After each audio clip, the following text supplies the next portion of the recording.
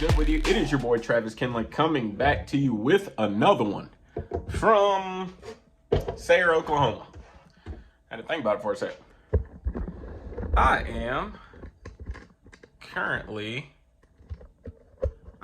taking a 34-hour reset because I'm out of hours. I'm trying to go back to the house. Ooh, that felt good. Let's see. You remember, maybe you saw the post I put about the 700-mile day. I did that like 3 days in a row or something like that. And now I'm trying to work my way back to the house. Well, I can't do that. That was Jacksonville to Henderson or Clark County, Nevada. So since I did that like 3 or 4 days in a row, it's going to take me 4 days to get back to the East Coast. So I need to reset my hours. It was either that or I did the math in my head. I had 29 hours left when I was starting to come back this way. So I figured out in my head, if I did 7 hours a day, on the last day after my 7-hour shift, I would recap 10:52 back, 10 hours, 52 minutes back. And then boom, I'll be good to go and have like 200 miles or something to do. But I started trucking this way. Weather has just been wild, y'all.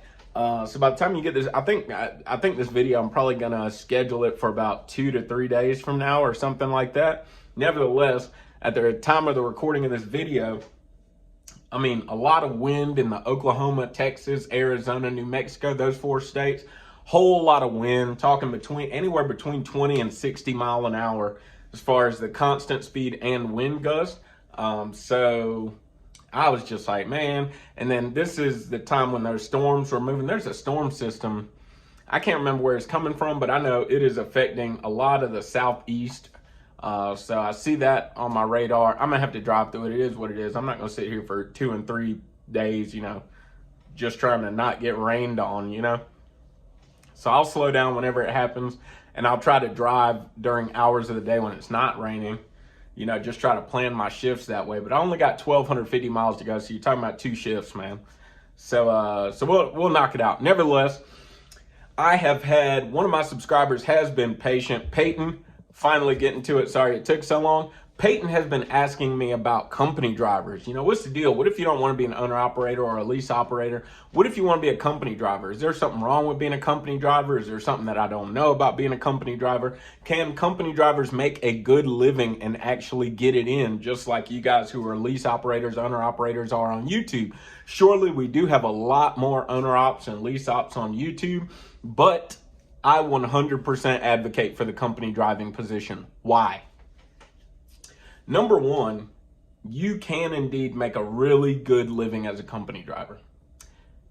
As a company driver, there are company drivers that make more at the end of the day.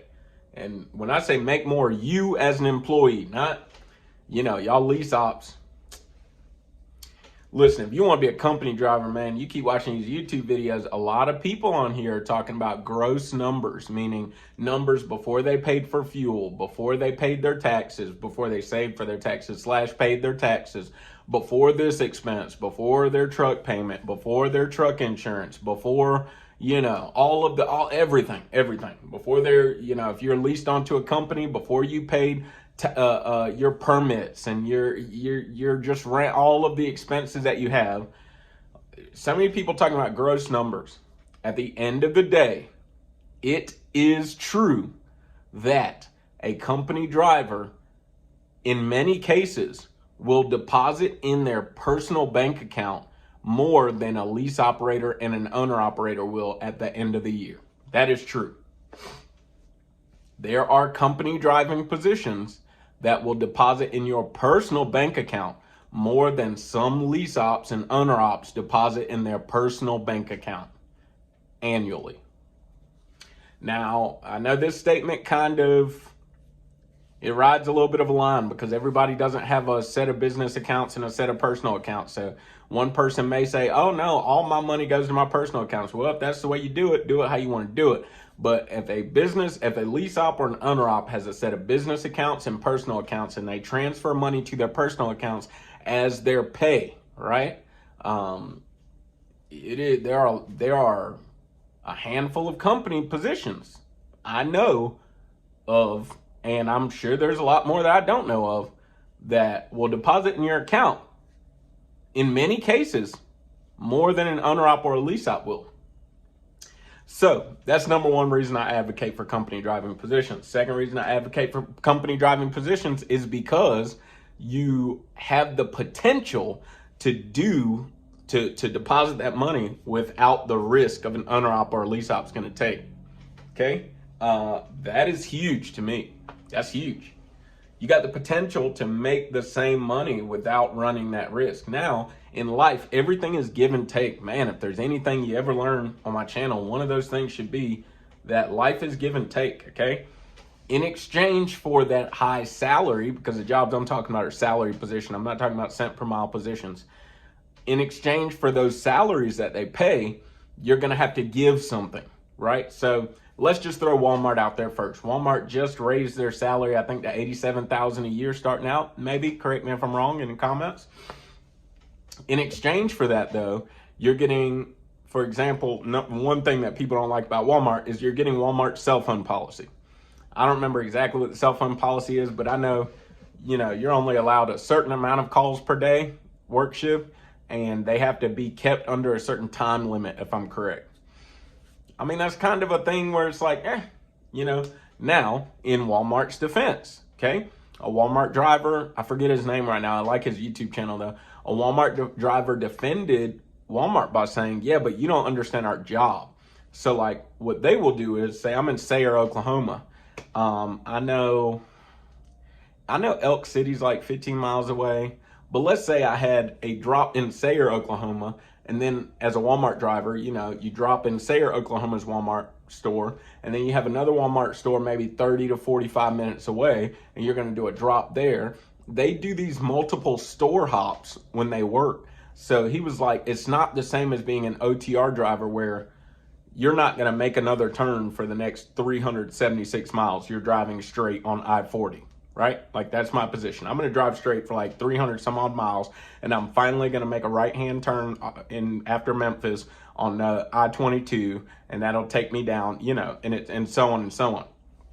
He said it's not the same like that. So when you get a certain amount of calls and they have to be a certain time limit, he's like, that's, if you max out that time limit, in some cases, that might be 25, 35, 45% of the amount of time you're driving to the next store.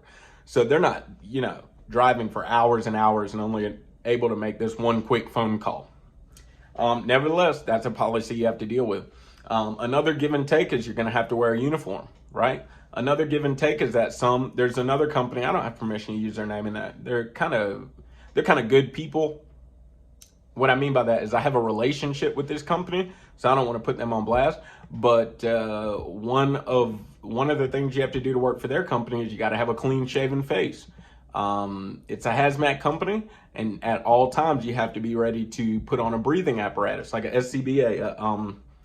Think scuba or think firefighter. The mask they put on, it's got to be able to seal around your face. So you can't have facial hair. So there's give and take with companies. However, but there's give and take with lease op and owner ops too, right? All of the deductions, all of the expenses. Truck breaks down, it's on me. It's not on a company or something like that. There's give and take in life, period, right? Nevertheless, I 100% advocate for being being a company driver. There's nothing wrong with being a company driver. That was one of your questions, Peyton. I don't think there's anything wrong with being a company driver. Some people treat company driving positions like this is like this progressive step. First you're a company driver, and if you want to, you can step up to being a lease op. And if you want to, you can step up to being an owner op leased on with a carrier. And if you want to, you can step up to running your... It's a joke, okay?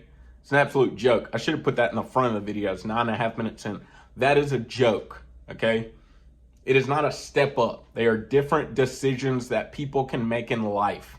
You're not stepping up if you're an owner op, but you're on a lower pedestal if you're a company driver. Hate to go this far, but I'm about to do it, okay? If you think that, you need to get off your high horse and humble yourself. You're arrogant. You have an ego problem. I did it. I said it. Okay? You're arrogant if you think you're better than someone because they're a company driver. Just being real. You're arrogant. Get off your high horse. It's not that serious.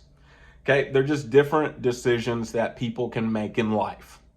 That's it. I'm not better than someone because I'm an owner-op. Tomorrow I can be a company driver. You know? It only takes a certain set of circumstances at a certain time that can knock anybody off a horse. Okay, I've lived that life before. I've lived through a season like that before. Just my advice to anybody out there, don't be like that. Don't be on a high horse, man, because I'm telling you, it only takes a certain set of circumstances at a certain time period to knock you off that horse and life humble you. Okay? Ain't nothing wrong being a company driver, man. If that's what you want to do, get it done.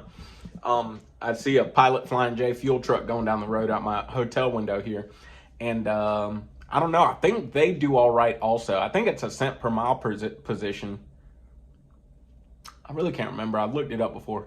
I think it's a cent per mile position, but I think they do all right. There are a lot of companies you can do all right, okay, as a company driver. There's nothing wrong with it at all. I know a fella who, now you also got now the first Walmart and that company that I have a relationship with, that's a legitimate W-2 position. They're taking taxes off of that. But then you got to be careful. There are some companies that they'll say guarantee $2,500 a week or something like that. But, you know, it's a 1099 company position, right? I really don't like that. Nevertheless, so if you're not familiar, what you do, like in my case for South Carolina, if you're a single person, no children living in South Carolina, your CPA may or may not, I'm not a tax professional, but your CPA may or may not tell you to save 30% of all of your paycheck. So when they tell you $2,500 guaranteed weekly, you got to save $750 for your taxes. So $2,500 minus $750 is $1,750 weekly. See what I'm saying? That's a different number. That's a different number. Okay?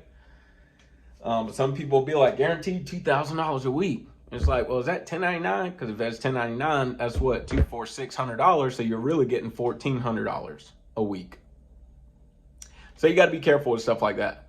Other than that, man, I don't see anything wrong. It's just a different decision. I'll tell you what. I'm going to make this into a series because I'm already at the 13-minute mark. Next video is what's different about the decision. Being a company driver versus being a lease op driver or owner-op driver. You know, owner-operator, whatever. All right, so that'll be part 2. And then I think that's all. Okay? Nevertheless, you already know what the motto is. Work hard, play hard, sleep hard, find you somebody to love. I love y'all. Don't forget, it's not about what you believe. It's all about why you believe. Live free.